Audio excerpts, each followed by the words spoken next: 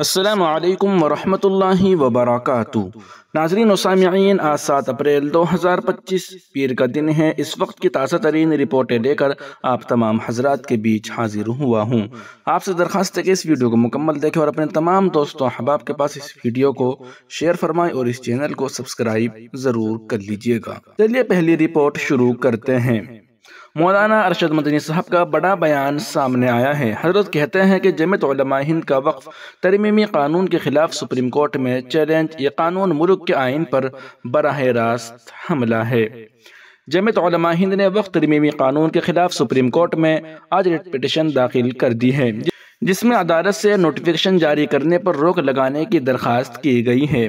مرکزی حکومت کی جانب سے پاس کیے گئے وقف ترمیمی قانون 2025، جس سے گزشتہ شب صدر جمہوریہ کی جانب سے رضامندی بھی مل گئی، یعنی کہ قانون پر صدر جمہوریہ کی مہر لگ گئی اور اب یہ بہت جلد قانون کی شکل میں نافذ العمل ہوگا۔ صدر جمعیت علماء ہند مولانا ارشد مدنی نے کہا ہے کہ ہم نے تو بہت پہلے ہی یہ اعلان کر دیا تھا کہ اگر خدا نخواستہ یہ بل قانون بن جاتا ہے تو ہم اس کو ملک کی سب سے بڑی عدالت میں چیلنج کریں گے۔ چنانچہ بل پر صدر جمہوریہ کے دستخط کیے جانے کے فوراً بعد جمعیت علماء ہند نے اس کے خلاف آج ریٹ پٹیشن داخل کر دی ہے۔ جمعیت علماء ہند نے وقف ترمیمی قانون 2025 کو آئینی جواز کو سپریم کورٹ میں چیلنج کر دیا ہے، کیونکہ یہ قانون ملک کے اس آئین پر براہ راست حملہ ہے جو شہریوں کو نہ صرف یکساں حقوق فراہم کرتا ہے بلکہ وہ مکمل مذہبی آزادی بھی دیتا ہے۔ یہ بل مسلمانوں کی مذہبی آزادی کو چھین لینے کی دستور کے خلاف ایک خطرناک سازش ہے۔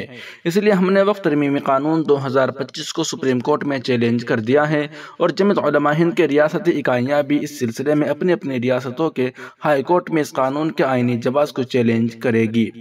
ہمیں یقین ہے کہ جس طرح عدالتوں نے کئی مقدمات میں انصاف دیا ہے، اسی طرح اس اہم اور خلاف آئین قانون میں بھی ہمیں انصاف ملے گا۔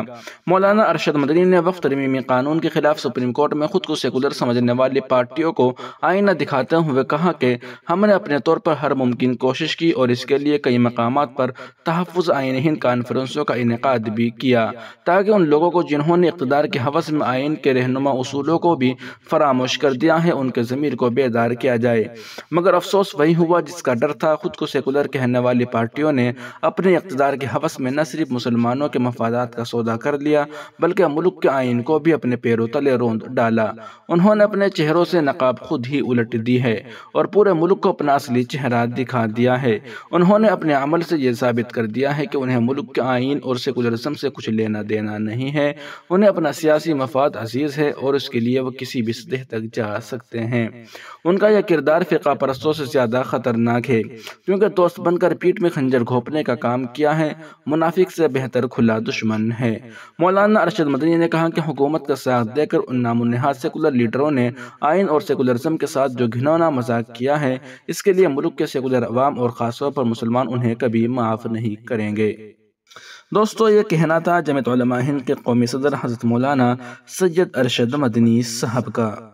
وہیں دوسری جانب عمران مسعود کا بھی بڑا بیان سامنے آیا ہے۔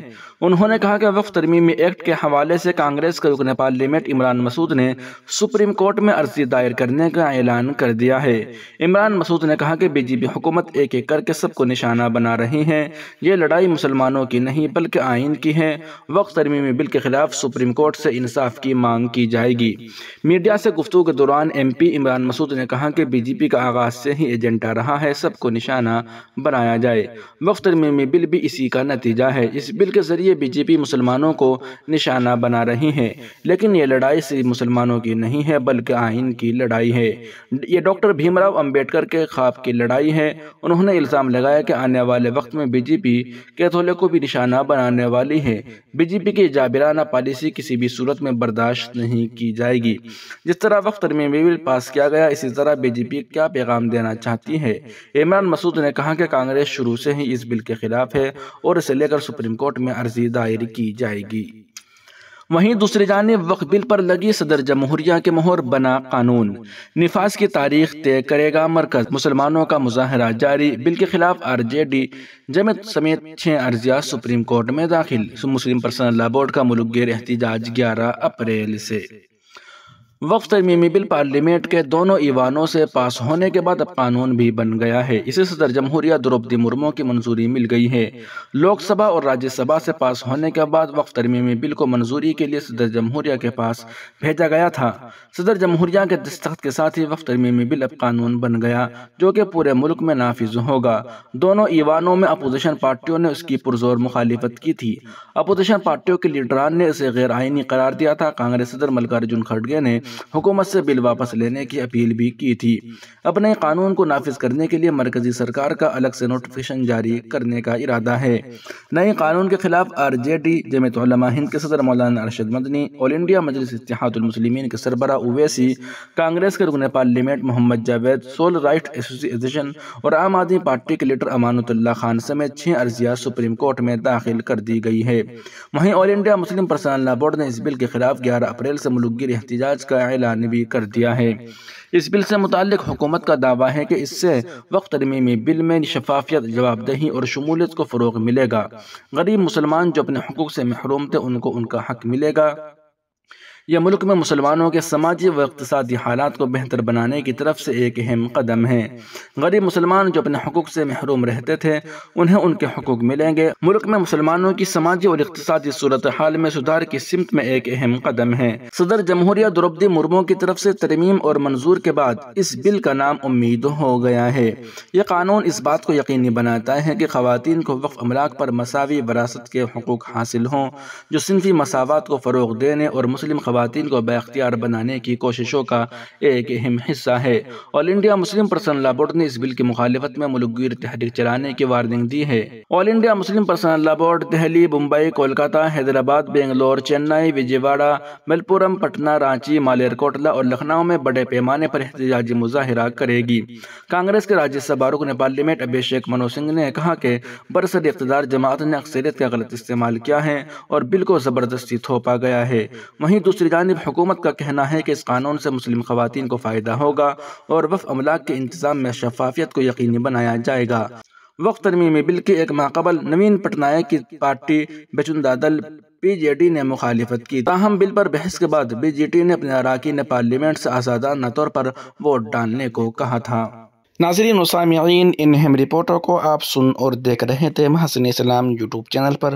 تمام تازہ ترین اپڈیٹ حاصل کرنے کے لیے ابھی ویڈیو کے نیچے سبسکرائب والے آپشن پر کلک کر کے اس چینل کو سبسکرائب کر کے ضرور رکھ لیجیے گا۔ السلام علیکم ورحمۃ اللہ وبرکاتہ۔